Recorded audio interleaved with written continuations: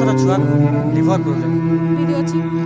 ଆଗରୁ ଟିକେ ବହୁତ ଭଲ ଥିଲା ମୋ ପିଲା, ଏବେ ଏତେ ସିରିୟସ୍ ହେଇଯାଇଛି ତାକୁ ଆଉ ଅନ୍ୟ ହସ୍ପିଟାଲ ନେବାକୁ ଅକ୍ସିଜେନ ଦରକାର ହେଉଛି। ଯଦି ବିନା ଅକ୍ସିଜେନ ହେଇଥାନ୍ତା ଆମେ କୋଉଠି ନେଇଥାନ୍ତୁ, ଏବେ ବିନା ଅକ୍ସିଜେନରେ ଆମେ କୋଉଠି ନେଇପାରିବୁନୁ, ଏତେ ସିରିୟସ୍ ଅଛି ପିଲା। ଏବେ ଡକ୍ଟର କହୁଛନ୍ତି ବାହାରକୁ ନେବା, ଆମେ ଏତେ ଟଙ୍କା ଆଣିପାରିବୁନି କି ବାହାରକୁ ନେଇପାରିବୁନୁ, କ'ଣ କରିବୁ ଆମକୁ ବି ଜଣା ନାହିଁ।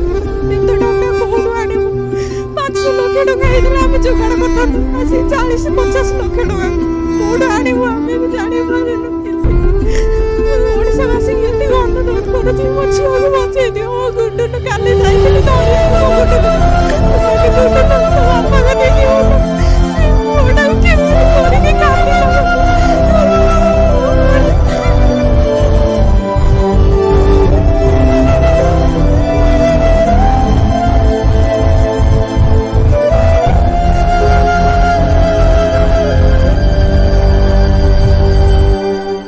छुआ को लिभर प्रोब्लेम जितेबाला मेडिकल रे भर्ती कले से डॉक्टर कहते गोटे इन्फेक्शन होती इन्फेक्शन पर 2-3 मास किछि दिन पर जना पड़ा लिभर प्रोब्लेम होती।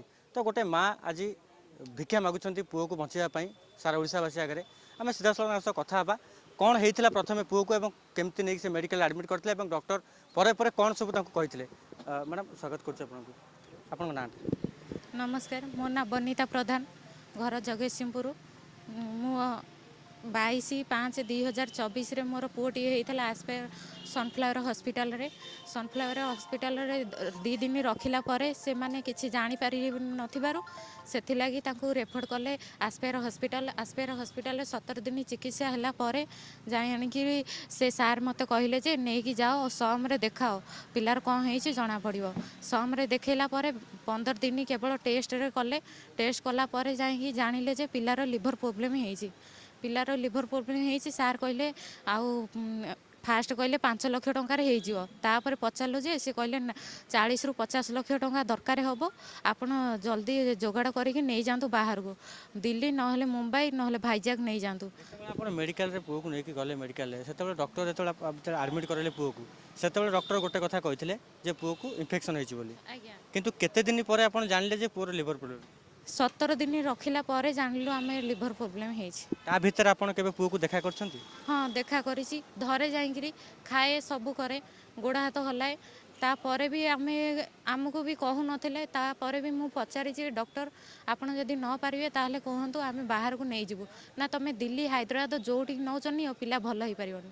सेई डॉक्टर जेतोले एमआरआई होई साइला परे जानिले पिलार लिवर प्रॉब्लम अछि से माने कहिले जे नहीं जाओ ताको बाहर को नहीं जाओ भाईजाग नहीं जाओ नहले दिल्ली नहीं जाओ भल मेडिकल अछि जण जणक डॉक्टर हाथ भल पिला हुए तो बंची जाई पारिबो।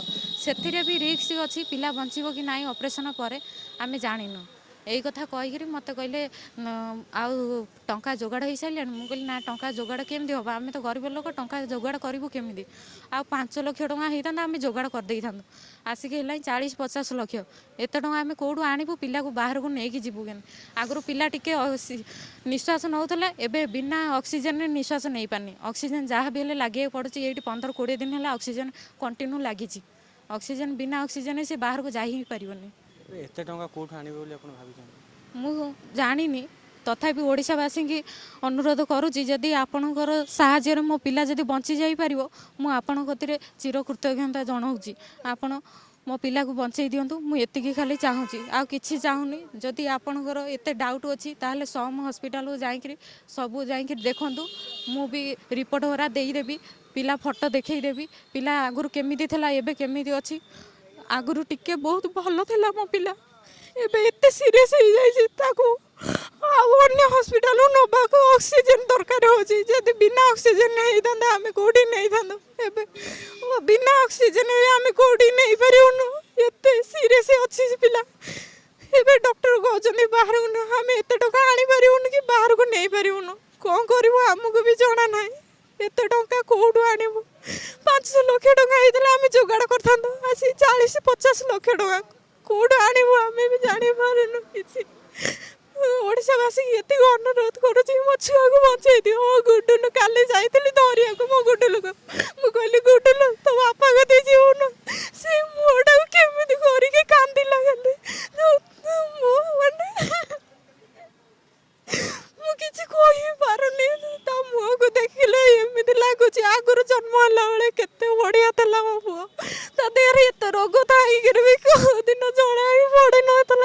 ପରେ ସେ ଗାଣ୍ଠି ହେଉଛି। ଏବେ ଝାଡ଼ା ବସିଲା ବେଳକୁ ତା ଗାଣ୍ଠି ପଟରେ ବ୍ଲଡ଼ ବାହାରୁଛି। ଆଗରୁ ଡକ୍ଟର କହୁଛନ୍ତି ଯେ ଯଦି ବ୍ଲଡ଼ ବାନ୍ତି କରେ ଆମେ ଆଉ ବଞ୍ଚେଇ ପାରିବୁନୁ, ତମେ ଯୋଉଠିକି ନିଅ ବଞ୍ଚିବନି ପିଲା। ଖାଲି ଆମେ ଡକ୍ଟରଙ୍କ କଥାକୁ ଅନେଇଛୁ କେତେବେଳେ ପିଲା ବ୍ଲଡ଼ ବାନ୍ତି କରିବ ବୋଲି ଆମେ ଡରୁଛୁ ସବୁବେଳେ। କେମିତି ଦିନକୁ ଦିନ ଗଡ଼ୁଛି। 4 ଦିନ ଦେଉଛନ୍ତି, କହୁଛନ୍ତି 4 ଦିନ ଭିତରେ କିଛି ବି ହେଇପାରେ, 10 ଦିନ ଭିତରେ କିଛି ବି ହେଇପାରେ, ଆଜି ରାତିଟା କିଛି ହେଇପାରେ। ଏମିତି ସବୁବେଳେ ଡରି ଡରିକା ରହୁଛୁ ମେଡ଼ିକାଲରେ, ଦିନ ରାତି 24 ଘଣ୍ଟା ପଡ଼ିକି ରହୁଛୁ। ଖାଇବା ପିଇବା ଆମର 2 ମାସ ହେଲାଣି, ଖାଇବା ପିଇବା ଠିକ୍ ନାହିଁ। କୋଉଠୁ ଆଣିବୁ ଏତେ ଟଙ୍କା? ଆମେ ନେଇକି ଯିବୁ ତାକୁ ହସ୍ପିଟାଲ। ହସ୍ପିଟାଲ ଏଇ ପାଖରେ ହେଇଥାନ୍ତା, ସେ ମୁମ୍ବାଇ ଭାଇଜାକ କେତେ ବାଟ ହେଲାଣି, ଆମେ କୋଉଠିକି ନେଇକି ଯିବୁ ଆମେ ବି ଜାଣିପାରୁନୁ କିଛି। ପ୍ଲିଜ ଓଡ଼ିଶାବାସୀ ମୋ ପୁଅକୁ ବଞ୍ଚେଇ ଦିଅନ୍ତୁ। ଗୋଟେ ଗୋଟେ ଟଙ୍କାରେ ବି ମୋ ପୁଅର ଜୀବନ ଅଛି ଆପଣଙ୍କ ହାତରେ। ଏତିକି ଅନୁରୋଧ କରୁଛି, ମୋ ପୁଅକୁ ବଞ୍ଚେଇ ଦିଅନ୍ତୁ। ମୁଁ ଯଦି ମାନେ ସାହାଯ୍ୟ କରିବା ପାଇଁ ଚାହିଁବେ ଓଡ଼ିଶାବାସୀ ଆପଣଙ୍କୁ, ତ କେମିତି ସାହାଯ୍ୟ କରିବେ ସେ ବିଷୟରେ ଟିକେ? ଯଦି ସାହାଯ୍ୟ କରିବାକୁ ଚାହୁଁଛନ୍ତି ମୋ ନମ୍ବର ଦେଇ ଦେଉଛି, ଫୋନ୍ପେ ନମ୍ବର 8328920249। ଏଇଟା ହେଉଛି ମୋ ଫୋନ୍ପେ ନମ୍ବର। ଆସିବ ବନିତା ପ୍ରଧାନ, ଫଟୋ ବି ଅଛି, ଆପଣମାନେ ଜାଣିପାରିବେ। ସେତିକିରେ ଟଙ୍କାଟେ ଦେଇ ଦିଅନ୍ତୁ। ମୋ ଫୋନ୍ପେକୁ ପଇସା ଆସିଲେ ନିଶ୍ଚିନ୍ତ ପିଲା ଆଡ଼ମିଟ୍ ହେଲେ ଆପଣଙ୍କ ଆଗରେ ନିଶ୍ଚିନ୍ତ ଠିଆ କରେଇବି। ଦିନେ ନା ଦିନେ ଠିଆ ହେବ ଆପଣଙ୍କ ଆଗରେ ସେ ପିଲା। ଏତିକି ଯଦି ଆପଣ ସାହାଯ୍ୟ କରିପାରନ୍ତି ତାହେଲେ ମୋ ପିଲା ବଞ୍ଚିବ। ଯଦି ନ ସାହାଯ୍ୟ କରିପାରନ୍ତି, ଆଜି ନହେଲେ କାଲି ମୋ ପିଲା ମରିଯିବ। ଠିକ୍ ବି ନାହିଁ କୋଉଦିନ ମରେ।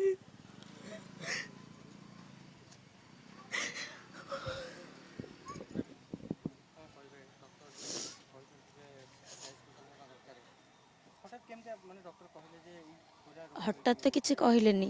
ପ୍ରଥମେ ତ ତାଙ୍କୁ ଟ୍ରିଟମେଣ୍ଟ କଲା ପରେ ବାର ବାର ପଚାରୁଛୁ ପିଲାର କ'ଣ ହେଇଛି କୁହନ୍ତୁ, କହିଲେ କିଛି ରୋଗ ଜଣାପଡ଼ୁନି। ଆମେ ଖାଲି ଟ୍ରିଟମେଣ୍ଟ କରୁଛୁ, ଟେଷ୍ଟ କରୁଛୁ। ବହୁତ ଟେଷ୍ଟ କଲା ପରେ ତାପରେ ଦିନେ ସେ ମ୍ୟାଡ଼ାମ୍ ହେରିକା କହିଲେ କି ଆଉ ଏମିତି କେସ୍ରେ ପିଲା ବଞ୍ଚିବା ସମ୍ଭବ ନୁହଁ, ଆଉ ଯୁଆଡ଼େ ନେଲେ ବି ପିଲା ବଞ୍ଚିବନି।